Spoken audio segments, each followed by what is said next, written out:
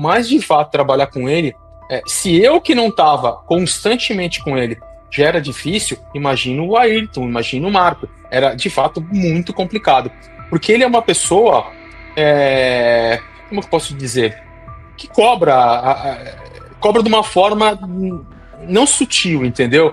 É uma pessoa que cobra pesado. Eu quero isso para agora, eu quero isso para ontem. Olá, é do Carvalho, melhor canal de corte do YouTube. Eu conto imensamente aqui com o like de vocês, que você mande o programa nos seus grupos de WhatsApp, e esses fatos que nós vamos revelar e entender melhor aqui hoje, chegarem ao máximo de pessoas possível. Então, manda o programa para os amigos e manda o programa para os inimigos, especialmente esse, porque esse é o Paulo Figueiredo Show. Sem mais delongas, eu trago aqui Eduardo Talhaferro. Eduardo Talhaferro, seja muito bem-vindo de novo ao Paulo Figueiredo Show. Esteve conosco na semana passada no episódio da sua detenção na Itália. Agradeço aqui o retorno e já começo fazendo uma pergunta a você. Em uma entrevista à Gazeta do Povo, você contou que conheceu um juiz num clube de tiro e que ele, algum tempo depois, teria comentado sobre sua competência com alguns ministros, e em decorrência disso, você foi convidado para entrar diretamente como assessor-chefe da Assessoria Especial de Enfrentamento à Desinformação do TSE. A minha primeira pergunta é a seguinte: quem era esse juiz? E como foi que ele conseguiu determinar que você era tão capaz? Você já trabalhou com esse juiz em algum momento? Tudo bom, Paulo? É um prazer estar de novo aqui com você. Acabei de ver essa introdução aí.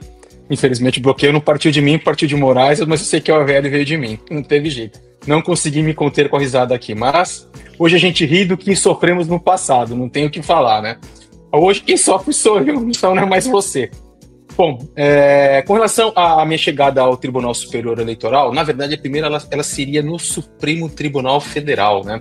Eu fui a um clube de tiro com um juiz que é meu amigo, e esse juiz sempre levava alguém do tribunal, ou um promotor, ou um outro juiz, e coincidentemente foi um juiz que a gente atirou, e geralmente depois que a gente atirava, a gente ia ao restaurante para confraternizar ali todo mundo que estava junto nesse evento, né? E numa brincadeira, ele me pediu, o meu juiz, que é meu amigo, falou assim: Eduardo, liga pro telefone do Marco, o juiz é o Marco Martins Vargas, liga pro telefone do Marco e com o seu telefone, mas tem que aparecer o meu número. Eu falei, tudo bem, é tranquilo isso daí. Existem aplicativos dentro da Apple Store ou do Google Store que fazem isso. Hoje no Brasil esses aplicativos não funcionam mais, foram proibidos. Mas naquela época ainda existia, não lembro se já tinha sido proibido, mas já estava no meu telefone. Aí eu fiz essa brincadeira, telefonei pro telefone do Marco, só que ao invés de aparecer o meu número, apareceu o número do outro juiz. Isso maravilhou ele e outras conversas que a gente foi tendo do meu trabalho. Eu não sei se esse meu amigo já tinha comentado quem eu era, o que eu fazia, quais são os meus cursos, minha especialização. E a partir daí começamos a ter uma conversa, um pegou o contato do outro, desenrolamos aí todo o conhecimento que eu tenho. Mas eu acho curioso, porque a gente está falando de... Você tinha um amigo que era um juiz, e ele te apresenta ao Marcos Vargas, qual era a posição dele especificamente? Ele era chefe de gabinete do Alexandre? Então, eu não sei o que ele fazia naquela época, eu não sei nem se ele estava com o Alexandre já. Porque eu lembro que ele tinha comentado que ele foi do Barroso, que ele foi do Fachin. Eu lembro que naquele momento, se eu não me engano, eu não sei se era do Fachin ou do Barroso, acho que era o Fachin, não, Barroso, que era o presidente do TSE. Mas até então, o pedido era para que eu trabalhasse no gabinete do Alexandre de Moraes, no Supremo Tribunal Federal.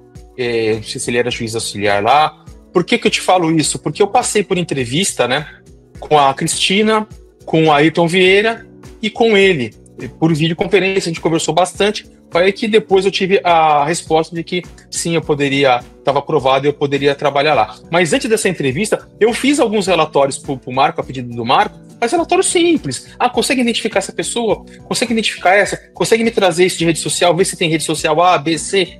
E eu enviava para ele. Até tive problemas na minha casa com a minha esposa na época, porque ela falou, você tá trabalhando de madrugada e não tá ganhando nada, né? Sabe como funciona a esposa, né?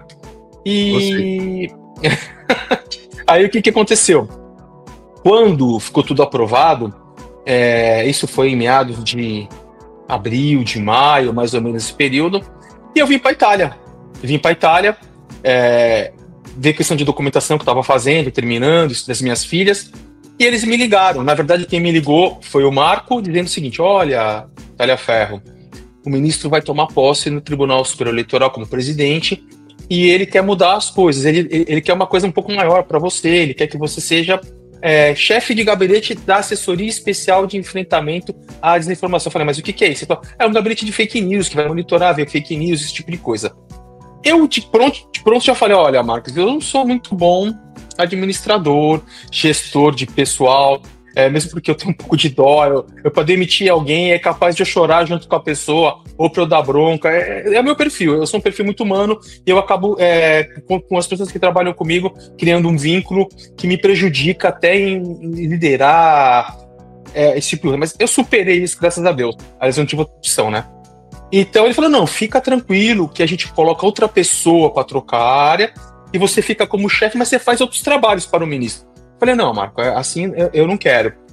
Vamos fazer o seguinte, eu vou aceitar a proposta, eu vou para o gabinete, e se eu não atender as expectativas, a gente troca, e se eu não gostar, eu saio. Não, tudo bem, dessa forma, foi aí que eu acabei chegando no Tribunal Superior Eleitoral. Mas qual foi o primeiro cargo, então? Não entendi. A primeira função que você chegou lá? Eu fui direto para chefe de gabinete da Assessoria Especial de Enfrentamento à Desinformação. Fala, amigos do canal. Tá gostando desse vídeo?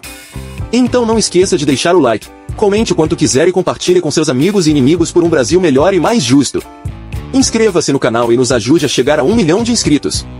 Não saia daí que o melhor desse vídeo ainda está por vir. Então, foi trocado. Era para eu ter ido como perito do Supremo Tribunal Federal no gabinete do Moraes. Como ele foi tomar posse no TSE, eles fizeram essa mudança, né? Não me colocaram no STF, eu não fui nomeado nunca lá, me colocaram direto dentro do Tribunal Superior Eleitoral como chefe de gabinete, como assessor-chefe do gabinete, né?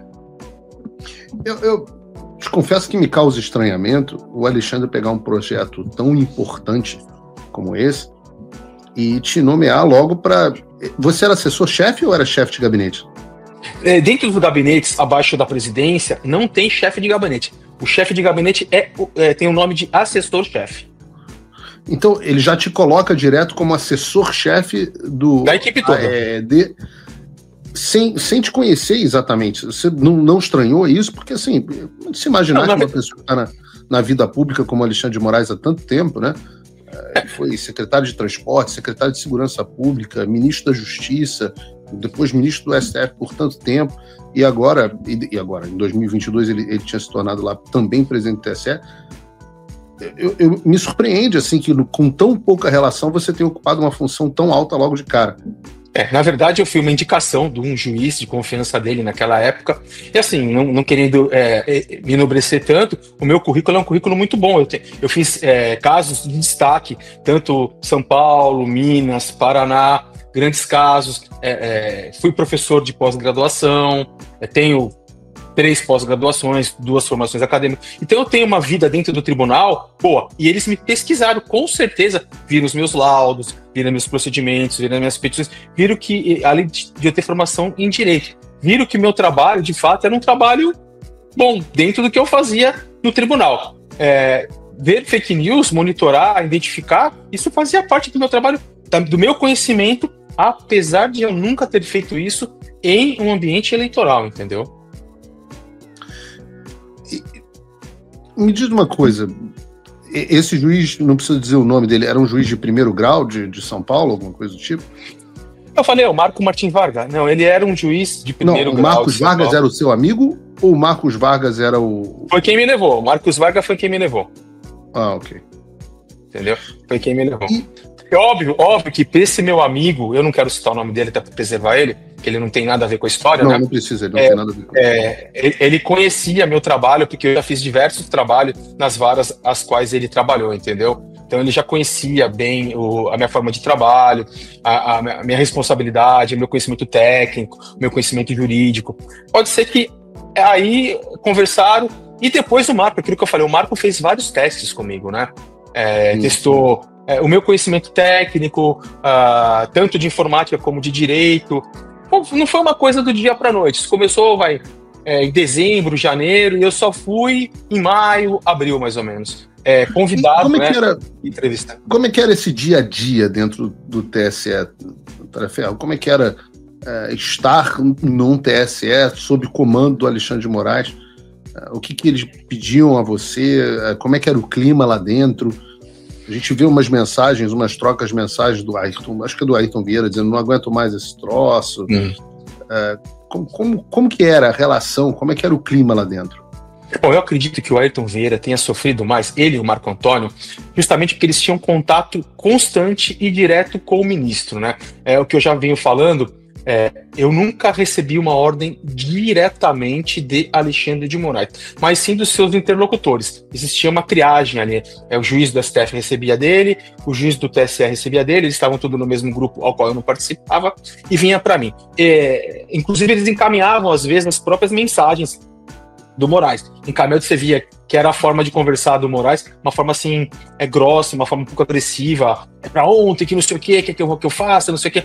Mas, de fato, trabalhar com ele, se eu que não estava constantemente com ele já era difícil, imagino o Ayrton, imagino o Marco. Era, de fato, muito complicado. Porque ele é uma pessoa, como eu posso dizer, que cobra de uma forma não sutil, entendeu? É uma pessoa cobra pesada. Eu quero isso para agora, eu quero isso para ontem. Pô, vocês não vão fazer? Aí você faz um relatório, você manda lá. Pai, imagina, eu já peguei relatório teu, você sabe disso. Vou lá no seu perfil, chegou para mim uma mensagem que você postou lá na sua rede social, seja no antigo Twitter naquela época, ou no Instagram, mais Twitter e Instagram é o que mais tinha.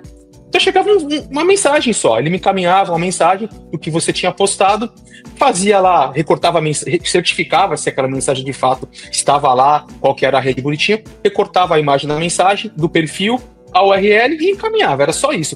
Porém, muito, se não a maioria das vezes, esse relatório chegava na mão dele, simples, o Figueiredo, chegava na mão dele e ele reclamava, devolvia, será que eu vou ter que fazer? Coloca mais coisa, procura mais, tem mais coisas que eu sei. Então a gente tinha que ir lá no seu perfil e pegar uma postagem sua, 2 postagens sua, 3 postagens sua, colocava lá e mandava. Aí passava, entendeu? Era assim, mas era complicado. Teve uma vez, o Figueiredo, que nunca me esqueço, eu estava em Londrina. Fui fazer uma perícia em Londrina, porque eu ainda tinha o vínculo com as perícias que eu fazia para os tribunais, e eu tinha o prazo, eu tinha que cumprir. Fui para Londrina e foi comigo o meu compadre. Ele não sabe disso, o Moraes. E ele pediu uma reunião de equipe, né? Porque a equipe não estava rendendo aos olhos dele. Você tem que ver a forma que ele tratou a equipe. Imagina, tinham servidores que moravam em Alagoas, Mato Grosso, São Paulo, Minas. E assim, tinha analista que na época o salário bruto era de 12 e tinha... um cara que é baixo analista técnico judiciário, que o salário é de 5. Ele falou assim, eu quero não tem mais teletrabalho, eu quero todo mundo aqui amanhã. Só que quem paga a passagem é o servidor. Você imagina sair de Alagoas para Brasília, comprando a passagem, você fica sabendo às 4 da tarde, para você comprar uma passagem para estar às 7 horas da manhã em Brasília. É uma nota. O cara sem ter um hotel, o cara sem ter lugar para ficar, porque o cara não tinha onde ficar. Então o cara tinha que ver hotel. Aí foi falado isso. Eu não quero saber. Venha de ônibus amanhã aqui, senão todos exonerados. Era difícil, cara. Se você, como eu, tá dormindo mais tranquilo agora que o Trump voltou à presidência, ótimo. Mas e o Brasil? Nosso país continua no buraco. A volta do Trump nos dá esperança, mas as coisas não vão se resolver sozinhas. Vai ser preciso muito trabalho, meu e seu. E não adianta xingar muito nas redes sociais achando que isso resolve alguma coisa. Não tem salvador da pátria, não tem um político que vai resolver por você. A responsabilidade é sua. Eu larguei tudo para me dedicar a isso. E você? Como você pode ajudar sem abandonar as suas obrigações? Simples. Apoie quem está na linha de frente. Sem isso, esse trabalho simplesmente não continua. Acesse www.paulofigueiredoshow.com/apoie e com a partir de $5 por mês, garanta que isso siga em frente. Se puder ir além, torne-se meu patrono Gold e participe do meu grupo privado e ajude a definir as minhas próximas pautas. A diferença entre vencer e perder está na ação. Durma tranquilo, sabendo que você fez a sua parte. Obrigada por assistir o vídeo até o final. Se você já chegou até aqui, confere se já está inscrito no canal e se já deixou aquele like generoso. Estamos quase chegando a 1 milhão de inscritos e a sua ajuda é muito importante para levar o canal Olavo Edu Carvalho mais longe. Até o próximo vídeo, meus amigos. E neste momento é muito fácil aos defensores do plano alegar, isso é uma teoria da conspiração.